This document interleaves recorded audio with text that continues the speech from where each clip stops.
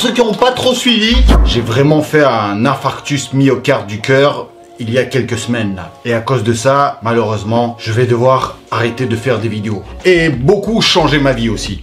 Amis de la masse, bonjour, je suis à la chaîne du Doc et dans cette vidéo, on va parler de Daniel Le Russe. Il a fait un infarctus à 33 ans et la première question que tout le monde se pose, et il en parle dans sa vidéo, c'est comment est-ce qu'on peut faire un infarctus à l'âge de 33 ans. Et il va nous expliquer qu'il y a deux facteurs principaux. Le premier, c'est le stress, une cause qui est relativement bien connue. Et la deuxième, c'est une maladie génétique qui, pour le coup, est un petit peu moins connue. Et avant de commencer la vidéo, je vais vous demander de mettre un pouce bleu sur cette vidéo, tout simplement parce que ça permet de diminuer mes niveaux de stress. Alors si vous voulez me voir blablater en vidéo pendant encore longtemps, c'est important que mon cœur tienne le coup. En plus, je le dis au passage, j'ai 32 ans et donc 33 ans, c'est pas si loin que ça. Autre parenthèse, Daniel Le Russe est né le même jour que moi, le 16 septembre, et ça, on va quand même le préciser, ça n'a absolument aucun intérêt, mais Daniel est né le meilleur jour de l'année. Allez, on va commencer la vidéo, générique.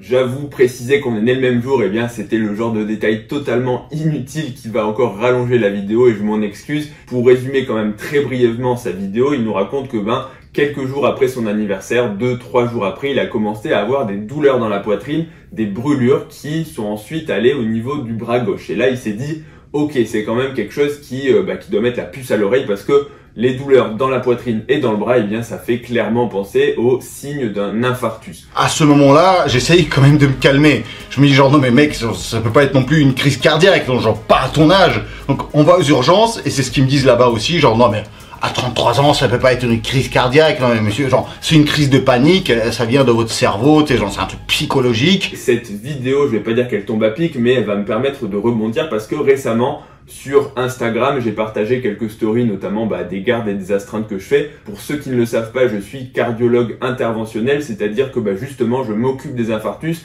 et je vais réparer les artères du cœur, notamment par la pose de stent, c'est-à-dire rouvrir les artères du cœur qui sont bouchées ou qui sont rétrécis. Et pendant une astreinte, j'avais partagé que sur un week-end, c'était très récemment, je m'étais occupé de deux patients qui avaient fait des infarctus et qui étaient tous les deux dans la trentaine. Et forcément, quand je partage des infarctus chez des personnes jeunes, à chaque fois, je reçois beaucoup de messages de personnes qui sont soit inquiètes et qui me disent « Mais attends, est-ce qu'on peut vraiment faire un infarctus à 30 ans? Est-ce que c'est possible ?» Parce que pour la plupart des gens, les infarctus, les problèmes cardiaques, ça survient quand même un petit peu plus tard, 50, 60 ans, 70 ans. En gros, c'est des maladies de vieux, si on peut dire ça comme ça. Et pourtant, c'est pas quelque chose de vrai. Ça touche aussi les jeunes. Bien sûr, c'est plus rare quand on a 30 ans que quand on a 60 ans. Ça, c'est quelque chose d'assez logique puisque les artères vont s'abîmer avec l'âge. C'est quelque chose de cumulatif, mais ce n'est pas non plus exceptionnel. Et ça veut bien dire qu'en fait, quand on a des symptômes qui sont quand même compatibles avec des pathologies qui sont graves, que ce soit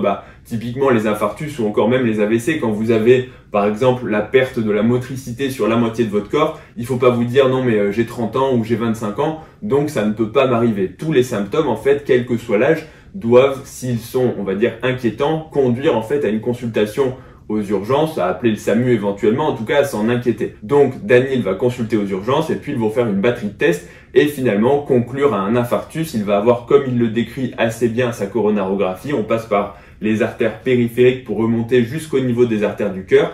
Ils ont vu qu'il avait probablement une artère qui était bouchée et ils l'ont débouché avec la pose de 2 stents. Et donc la première question, est-ce qu'on peut faire un infarctus à l'âge de 33 ans? La réponse, malheureusement, c'est oui. Comme je l'ai dit juste avant, c'est beaucoup plus rare que quand on est plus âgé parce que les dégâts au niveau des artères du cœur vont être cumulatifs avec à la fois le temps, bien sûr, malheureusement, le temps c'est le premier facteur de vieillissement et d'encrassement du corps, quels que soient les organes, que ce soit les artères du cœur, les artères du cerveau, que ce soit les reins, que ce soit le foie, bref, en gros, tous les organes vieillissent malheureusement et donc plus on vieillit et plus on est sujet à la plupart des maladies. Malgré tout, le fait d'être jeune ne rend pas ça impossible puisque si on a des facteurs de risque qui peuvent soit être génétiques, on va en parler juste après, soit des facteurs de risque modifiables. Typiquement, ça va être Le tabac, ça va être les drogues. On voit beaucoup d'infarctus chez les jeunes et d'ailleurs c'est ce que lui ont dit ses collègues. Ils lui ont dit ouais, t'as profité de ton anniversaire. En gros, t'as consommé je ne sais pas quelle substance et ça t'a conduit justement à faire cet infarctus. Typiquement, on peut retrouver la cocaïne qui va provoquer des caillots et des spasmes au niveau des artères du cœur. On peut aussi parler du cannabis, c'est important de le dire puisque le cannabis c'est quand même chez les personnes jeunes un gros facteur d'infarctus. Gros, bien sûr, pas en termes de fréquence, il y a heureusement assez peu de fumeurs de cannabis qui vont faire des infarctus, mais chez les personnes jeunes, très souvent, on va retrouver justement de la consommation de tabac, de toxiques, de cannabis, parce que ça provoque des caillots de sang qui peuvent justement boucher les artères du cœur. Après, il y a d'autres facteurs de risque, notamment l'hypertension, le diabète, bref, pas mal de maladies qui vont justement accélérer le vieillissement et l'encrassement des artères, mais malheureusement, oui, c'est possible de faire un infarctus à 30 ans, et même à 20 ans, et j'avais fait une vidéo sur une fille qui avait fait un infarctus, notamment après avoir fait du dry scooping. Pour toutes les personnes qui ne savent pas ce que c'est en gros le fait de prendre du booster ou des protéines en poudre directement sans eau sous la langue. Et l'âge finalement ne doit pas vous laisser vous dire en gros si vous avez vraiment tous les symptômes que ça ne peut pas vous arriver. L'autre chose aussi, c'est qu'il faut faire très attention à votre entourage parce que on a toujours, et je dis on, je m'inclus dedans, mais on a toujours envie de rassurer ses amis, ses collègues quand ils ont des symptômes, notamment quand ils sont jeunes. C'est sûr qu'on va être plus inquiet quand ça va être son père, sa mère, sa grand-mère, quand les gens sont âgés, où là on se dit attends, quand même, peut-être qu'ils sont malades. Mais quand c'est des jeunes, quand c'est des potes à la salle de sport, quand c'est des amis et qu'ils ont 20, 30 ans, on leur dit toujours non mais t'inquiète pas, c'est du stress, etc. Et je l'ai vécu, des personnes à qui entre guillemets j'ai rectifié des diagnostics, à qui c'est vrai que le premier réflexe c'est de leur dire non mais t'inquiète pas, c'est du stress, parce que par argument de fréquence, par probabilité, oui, la plupart du temps ce sera du stress, et heureusement les maladies quand on est jeune sont rares. Malgré tout, elles peuvent arriver, et donc si vous avez vraiment des symptômes persistants et que vous sentez que quelque chose ne va pas, ne laissez pas votre famille vous convaincre que c'est du stress. Il faut consulter, il ne faut pas hésiter à aller aux urgences, à appeler le SAMU si les symptômes sont vraiment inquiétants, parce que finalement il vaut mieux déranger des professionnels de santé pour rien entre guillemets. Ensuite on va soit vous rassurer au téléphone, soit infirmer le diagnostic une fois que vous aurez des examens médicaux, mais en tout cas le retard de prise en charge, c'est quelque chose qui peut parfois être catastrophique. Et notamment, Daniel il dit voilà, il a passé 24 heures à avoir mal, donc en gros il y a probablement eu, je ne sais pas, mais un petit retard au diagnostic à cause de l'âge. Maintenant, revenons aux facteurs de risque, et ça permettra une très bonne transition avec la deuxième partie, puisque Daniel, ce qui a causé son infarctus, ce n'est pas la fumette, ce n'est pas le cannabis, ce n'est pas la cocaïne comme il le dit, mais c'est en fait une maladie génétique en facteur numéro 1. Il n'a pas employé le terme de façon précise, donc ce sera des suppositions, mais en gros, il a dit que son taux de cholestérol était beaucoup trop élevé, et ce depuis qu'il était jeune, et surtout que c'était une maladie qui était présente dans sa famille. Et comme il est très jeune et comme il avait une indication à avoir des médicaments, on peut supposer que c'est une hypercholestérolémie familiale. Il y a deux choses à distinguer, c'est les familles qui ont une prédisposition à avoir le cholestérol un petit peu trop haut, mais ça va se déclarer, on va dire, à l'âge de 40 ans, 50 ans, en gros, à des âges, je vais dire, normaux, et notamment dans des proportions qui sont pas forcément très importantes. Dans les hypercholestérolémies familiales, en vérité, le taux de cholestérol est très élevé. On ne parle pas de simplement dépasser un petit peu la limite pour être un facteur de risque. C'est véritablement un taux de cholestérol qui est extrêmement élevé et qui va provoquer beaucoup de maladies, parce que le cholestérol est véritablement beaucoup trop important, beaucoup trop présent au niveau du sang, et ça va notamment donner des pathologies qui sont spécifiques à ces hypercholestérolémies familiales, ce qui en fait, pour la parenthèse, une maladie qui est quand même grave, puisque le cholestérol va vraiment s'accumuler au niveau des tissus, et notamment il peut y avoir des dépôts de cholestérol au niveau des yeux, au niveau des articulations, ça peut faire des nodules de cholestérol, et surtout au niveau des artères, notamment les artères du cœur. Et pour le coup, les hypercholestérolémies familiales, ça n'a aucun rapport avec l'alimentation. Ces personnes-là peuvent faire n'importe quel régime, le cholestérol va rester très élevé, puisqu'en fait c'est une synthèse trop importante par le corps, c'est-à-dire c'est votre propre corps qui va fabriquer du cholestérol indépendamment de ce que vous mangez.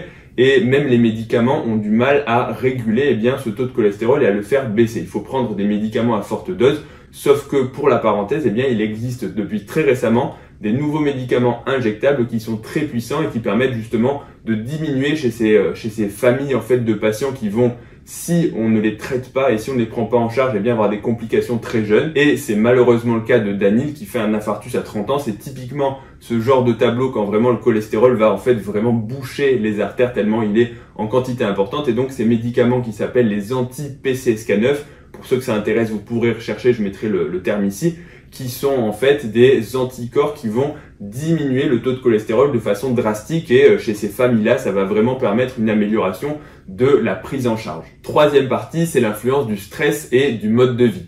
Comme je vous l'ai dit, pour la survenue d'infarctus, tout comme pour d'autres maladies, il y a à la fois le terrain génétique. Dans certaines familles, il y aura plus d'infarctus que dans d'autres, tout comme dans d'autres familles, ce sera les cancers, dans d'autres, ce sera les problèmes articulaires. Et si vous avez cette susceptibilité génétique, eh bien, vous allez avoir un risque un petit peu plus élevé. Malgré tout, le mode de vie va clairement déterminer à quel point vous allez faire exprimer cette génétique. Typiquement, quand il y a une hérédité coronarienne, une susceptibilité à faire des infarctus, si vous allez être en surpoids, si vous allez fumer, si vous allez manger n'importe quoi, si vous n'allez pas faire de sport, eh bien, vous allez potentialiser cette génétique et vous allez clairement faire des infarctus très jeunes. Alors qu'à l'inverse, avec la même génétique, la même personne qui ferait attention à son mode de vie, qui mangerait correctement, qui ferait du sport, qui ferait attention justement à ne pas fumer, à ne pas avoir tous les facteurs qui vont aggraver cette génétique, eh bien, il fera un infarctus, peut-être jamais, bien sûr, ou peut-être beaucoup plus tard. Des fois, c'est typiquement le cadre de certains patients qui font des infarctus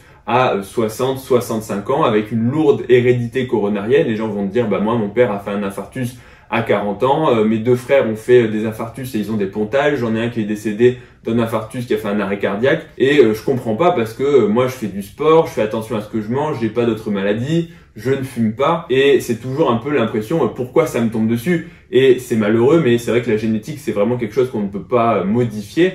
Et c'est ce que je leur dis souvent, je leur dis au final vous avez maximisé votre génétique, et même si vous avez fait un infarctus à l'âge de 60-65 ans, probablement que si vous aviez fumé, si vous aviez eu un mauvais mode de vie, vous auriez été typiquement le patient en fait qui aurait fait un infarctus à 30 ans. Et encore une fois, 30 ans ce n'est pas exceptionnel chez des gens avec une génétique défavorable sur les infarctus, des gens qui fument, qui prennent des drogues, qui vont manger n'importe quoi, qui vont être en surpoids. Quand on fait un cocktail explosif, ça peut survenir très tôt. Donc le mode de vie, c'est clairement quelque chose d'important, et d'ailleurs Daniel avait fait une perte de poids impressionnante qui, je pense, était quand même bénéfique, parce que quand on est en surpoids, ça reste un facteur de risque coronarien, et d'ailleurs je commentais sa prise de poids dans une autre vidéo, donc c'est la deuxième fois que Daniel est sur la chaîne, petite parenthèse. Concernant le stress, c'est bien sûr également un autre facteur de risque important, puisque quand on est stressé, et Daniel nous explique qu'en fait il est stressé avec la guerre en Ukraine, que finalement lui il est russe, et donc